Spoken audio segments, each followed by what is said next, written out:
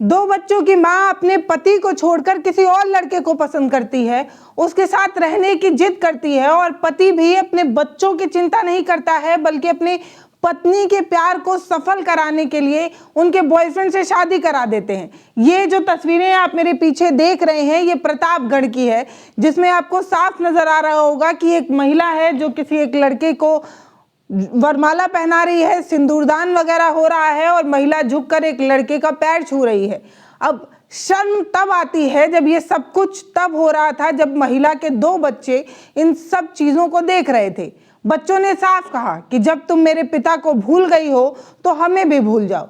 यानी कि एक माँ जिसने दो बच्चों को जन्म दिया, उसके बच्चे ही उसे धुतकार रहे हैं, उसके साथ नहीं जाने को कह रहे हैं, क्योंकि माँ ने उन बच्चों की चिंता किए बिना, अपने पति का मुंह देखे बिना किसी और को पसंद कर लिया और अब उससे शादी रचा ली। ये शादी उसकी मर्जी से हुई, लेकिन इस शादी का साक्षी उसका पहला पति बना। मतलब आप समझ रहे हैं, बच्चों के पिता ने ही उन बच्चों की माँ की शादी किसी और के साथ करा दी।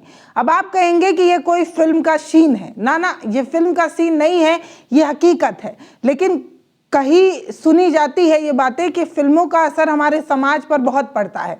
तो क्या सच में इन फिल्मों का असर ही हमारे समाज पर इस तरीके से पड़ गया है कि महिलाएं अब कुछ सोच नहीं रही हैं, समझ नहीं रही हैं, या महिलाओं के दिमाग में न जाने क्या कुछ ऐसा हो गया है जो इस तरीके की घटनाएं हो रही हैं?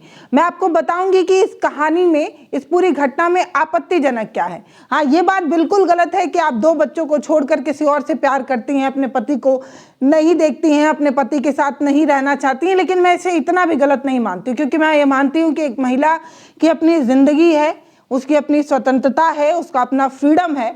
वो जिंदगी के किसी भी एक पड़ाव पर अगर ये समझती है कि मेरा जो जीवन साथी है वो मुझे जीवन संगिनी नहीं समझ रहा, उस तरीके से लाइफ पार्टनर नहीं समझ रहा, उस तरीके की चीजें नहीं दे रहा, उस तरीके का सपोर्ट नहीं कर रहा, उसे ऐसा लगने लगता है कि मैं पत्नी कम बोझ बन गई हूं, तो वो क्विट कर सकती है, वो जा सकती है। लेकिन इस वाले केस में मुझे इसलिए बड़ा अजीब लग रहा है क्योंकि ये जो पत्नी है, इनको प्रेम भी एक ऐसे शख्स से हुआ जो अपने पति से और ज्यादा गैर गुजरे हुए हैं। मतलब एक महिला जो खुद से स्वावलंबी नहीं है, दो चार पैसे खुद नहीं कमाती है, पढ़ी लिखी नहीं है, वो अमूमन इस तरीके का जीवन साथी ढूंढती है जो आर्थिक रूप से उसे सपोर्ट करेगा, उसका पालन पोषण करेगा, उसकी देखरेख करेगा, आर्थिक रूप से उसकी मदद करेगा और उसके बच्चों का पालन पोषण करेगा।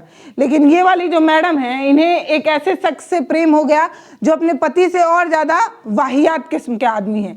मतलब ये शख्स ऐसा है जो इस आदमी का पिता खुद ही महिला को समझाता है कि देख लो बेटा, मेरा बेटा तुम्हारे काबिल नहीं है, क्योंकि वो नशे का आदी है, उसे शराब की लत है, वो कुछ काम धाम नहीं करता है, हम पर तो वो बोझ ही है।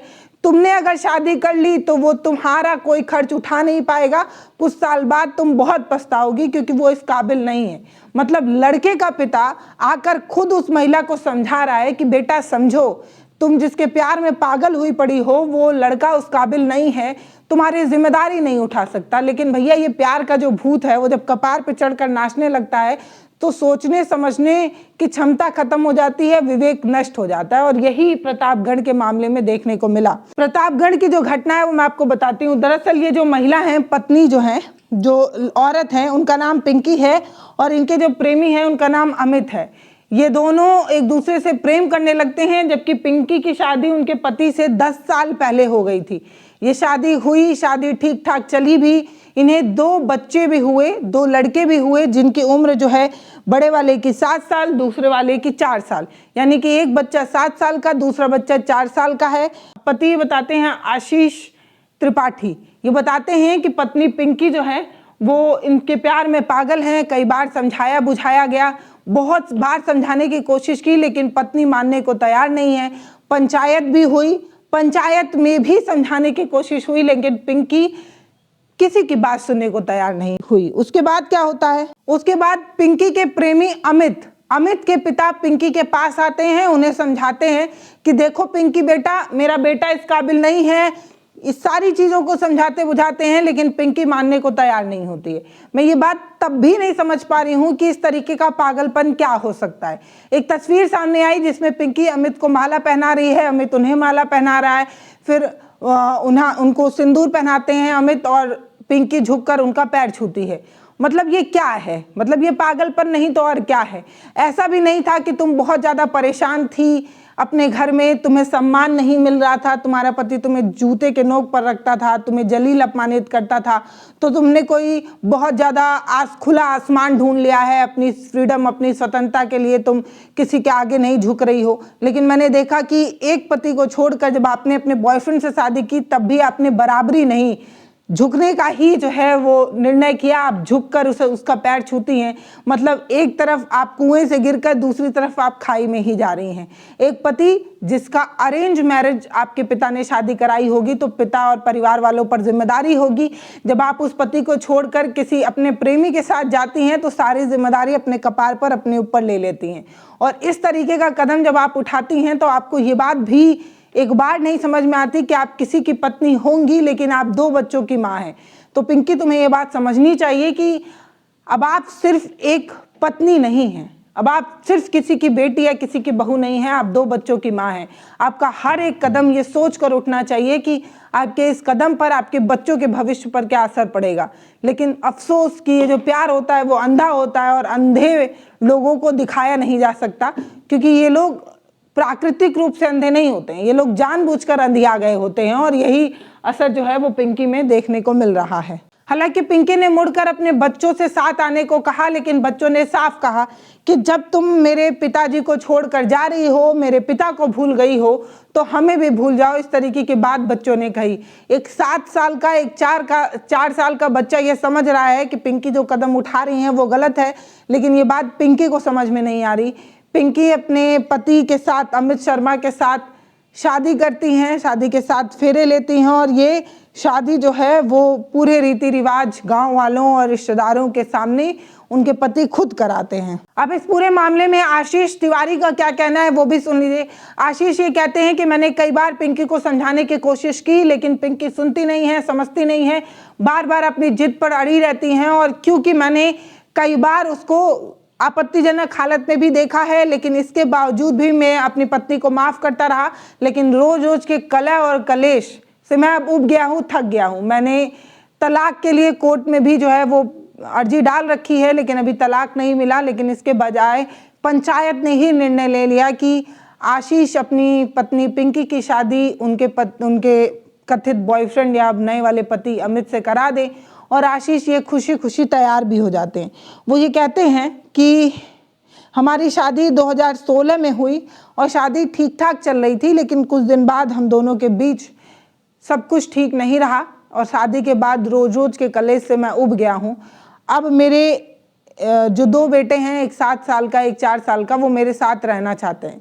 इस पूरे मामले में अपने पति की कुर्बानी देख ली, पत्नी की मनबड़ाई देख ली और उसका प्यार सफल होते भी देख लिया। लेकिन इस पूरे मामले में प्रशासन का क्या कहना है वो भी सुनते चलिए। तो सीओ मनोज कुमार रघुवंशी बताते हैं, क्योंकि महिला नाबालिग हैं, वो स्वतंत्र हैं, उनको पूरी आज़ादी है, उनको पूरी स्वेच्छा है अपने फैसले लेने की, अपने तरीके से ज़िंदगी जीने की।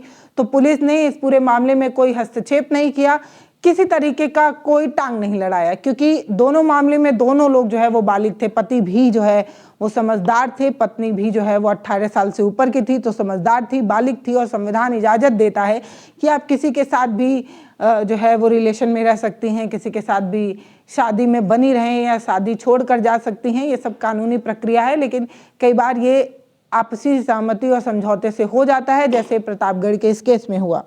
फिलहाल पुलिस का ये कहना है कि दोनों पक्षों में जो बातचीत हुई, पंचायत में जो सुनवाई हुई, जो फैसला लिया गया, उसके बाद ये सब कुछ किया गया है। पुलिस ने किसी भी तरीके की जो है वो ज़बरदस्ती नहीं की, किसी तरीके से कोई भी जो है वो टांग नहीं लड़ाया। इसमें पुलिस की कोई भूमिका नहीं है। इस तरीके की बात सीओ जी ने कह दी है।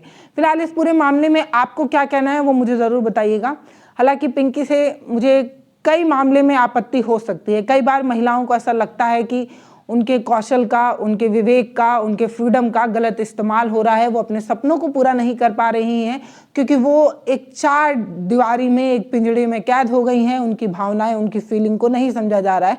तो महिलाएं इस तरीके का कदम उठाती हैं, वो स्वावलंबी बनने के लिए, 4 पैसे कमाने के लिए, अपने पैर पर खड़ा होने के लिए, अपने सपनों को जीने के लिए घर छोड़ती हैं। लेकिन इनके वाले केस में तो और ज़्यादा माशाल्लाह, क्या ही बोला जाए कि एक को छोड़कर जिसे पसंद करती हैं वो उनसे भी ज़्यादा गिरे हुए हैं, पिता खुद बता रहे हैं। अब देखना होगा कि इस पूरे मामले में पिंकी की ज़िंदगी सुधरती है या बिगड़ती है, लेकिन उन्होंने जो कदम उठाया वो ठीक नहीं था।